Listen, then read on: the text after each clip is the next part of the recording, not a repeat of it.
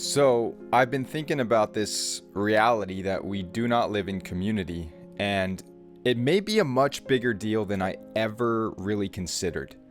I've been into health for many years. I've been into just looking at how to optimize life and live naturally and sort of like in the way that God intended or that nature intended, take your pick. But clearly, we have gone off course quite a ways. And this living in community thing, to me, all of a sudden became real recently when I was immersed in a community for a week without phones, without cars. We were all planted together, teaching each other, learning things, and having fun, and treating life as sacred, and all the things. Today, basically all this has just been brewing for me in my head. And today, I realized that if you think about it, if this is how we're supposed to live in a tribe of around 150 people, which makes sense to me, well, I would imagine that most of your life in this traditional way of living was spent in that community. Now, there may have been visitors that came on occasion, or maybe you on occasion intermingled with neighboring tribes and stuff, and maybe there was trade that happened and all these things.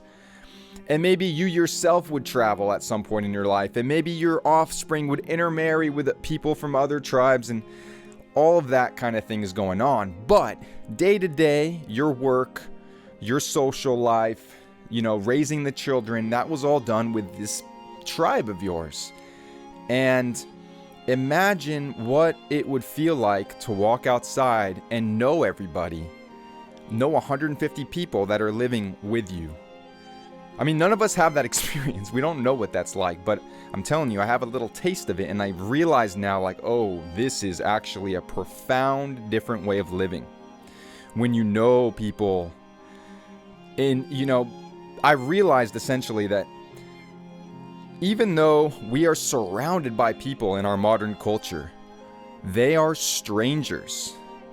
In a sense, we're walking around in a foreign country in our own lives. It's not exactly that because, we have shared customs, a language, obviously, customs, and, you might be going around a familiar places in your own city that you grew up in. But even if you grew up in a city, let's say there's even just 100,000 people, you probably aren't running into people all day long. You're mostly going to the cafe, going to, the grocery store, the gas station, all these things you're doing, and you're just seeing whoever's there. You probably don't know that person. And, we have instances of community in our life, like, school, for example, or like a sports team, or, our workplaces. If you do work with colleagues that you like, and there's, a sense of community there, that can happen. I personally don't get that. And, a lot of us don't get that, whether you're sort of a solopreneur or some sort of like work where you're isolated, or whether you're not working. Maybe you're a stay-at-home parent or something like that. But, even those that do get that, it's like a very limited thing, right?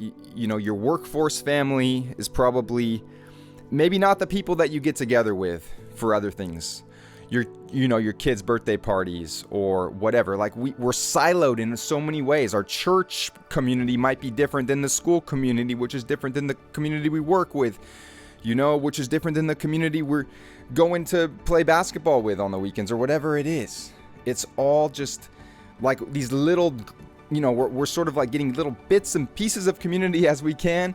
But for the most part, it's just nothing like what we truly need, which is to be immersed in a big community of people that we all know. And you might not like everybody, but you at least know everybody, and you're walking along and you're saying hi to everybody, or at least everybody, and you're striking up conversations. It's just natural. Like right now, if I see somebody in my city out of the thousands of people, or however many people I see every day, at least hundreds, right?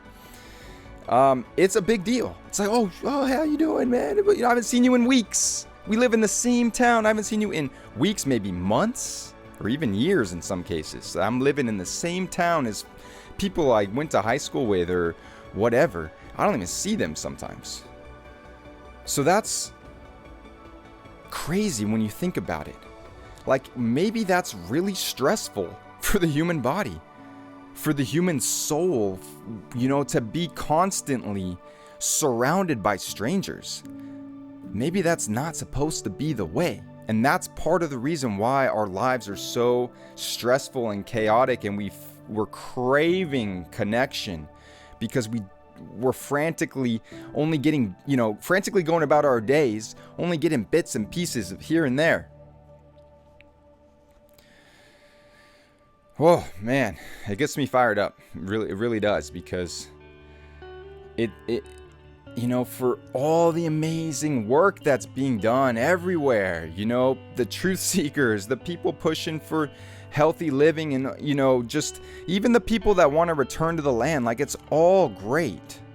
You want to have your homestead or whatever, but listen, your wife is going to be lonely trying to raise the kids on her own in your house, and you're going to be struggling to keep everything together because it's just you going out there and bringing home the bacon, potentially in a more traditional dynamic, right? But it's not supposed to be like that. We were never, like, I would imagine that it was probably pretty hard to hunt by yourself. We would go out and hunt in groups of men, right? The women wouldn't be raising children in their isolated homesteads. That doesn't make sense. So why are people thinking this is the answer? Go back to the land, get your 40 acres, your sunshine, your cow, whatever. If you're living in these isolated ways, it's a fantasy. It's not going to be fulfilling, and it's going to be hard to sustain. It's weird to me that more people don't recognize that. It's like, obviously we need to be building communities that we're living in, and not just a handful of families, but the Dunbar number communities, 150 people, 30 to 40 kids or something like that. I don't know, exactly what the ratio would be optimally, but you know what I'm saying? Like, a bunch of elders that you're living with and you're working with, and they're in your world daily. It's a different experience. And it's funny because we have this idea of introverts and extroverts, and I would probably land more on the introvert side than the extrovert side on the sort of traditional way you think about that. I'm someone who has a hard time walking into a party and just small talking everybody.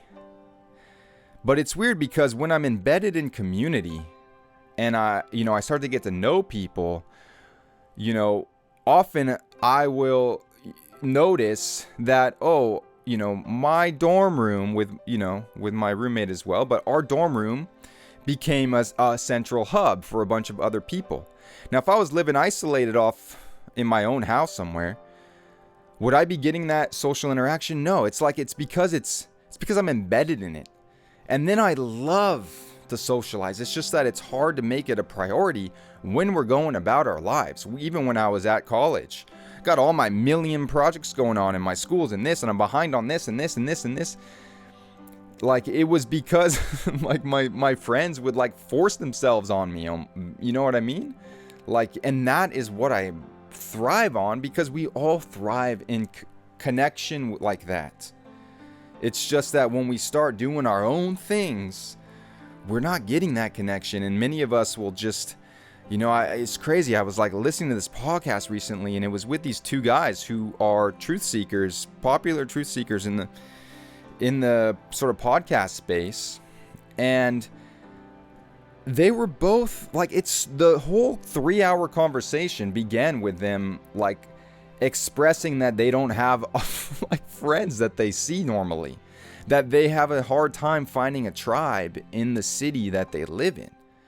And maybe, you know, in certain times, like during that whole shenanigans that happened 5 years ago, maybe things were happening and people were moving and reconnecting and finding new tribes and stuff. But then eventually people kind of like, you know, kind of find their little cliques and get busy with their projects and stuff. And then once again, it doesn't even matter if you understand how important community is. At the end of the day, our lives are just not set up that way.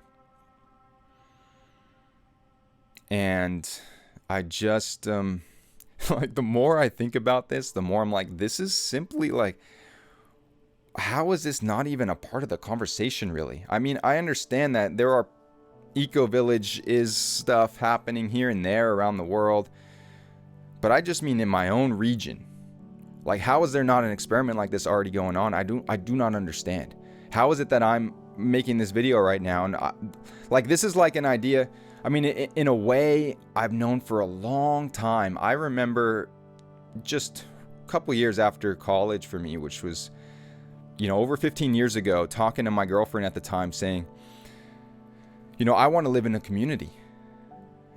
I said that. I remember that. There was like this disagreement because she wanted to kind of live in a suburb like her parents did. And I was like, no, I want to live like in a community.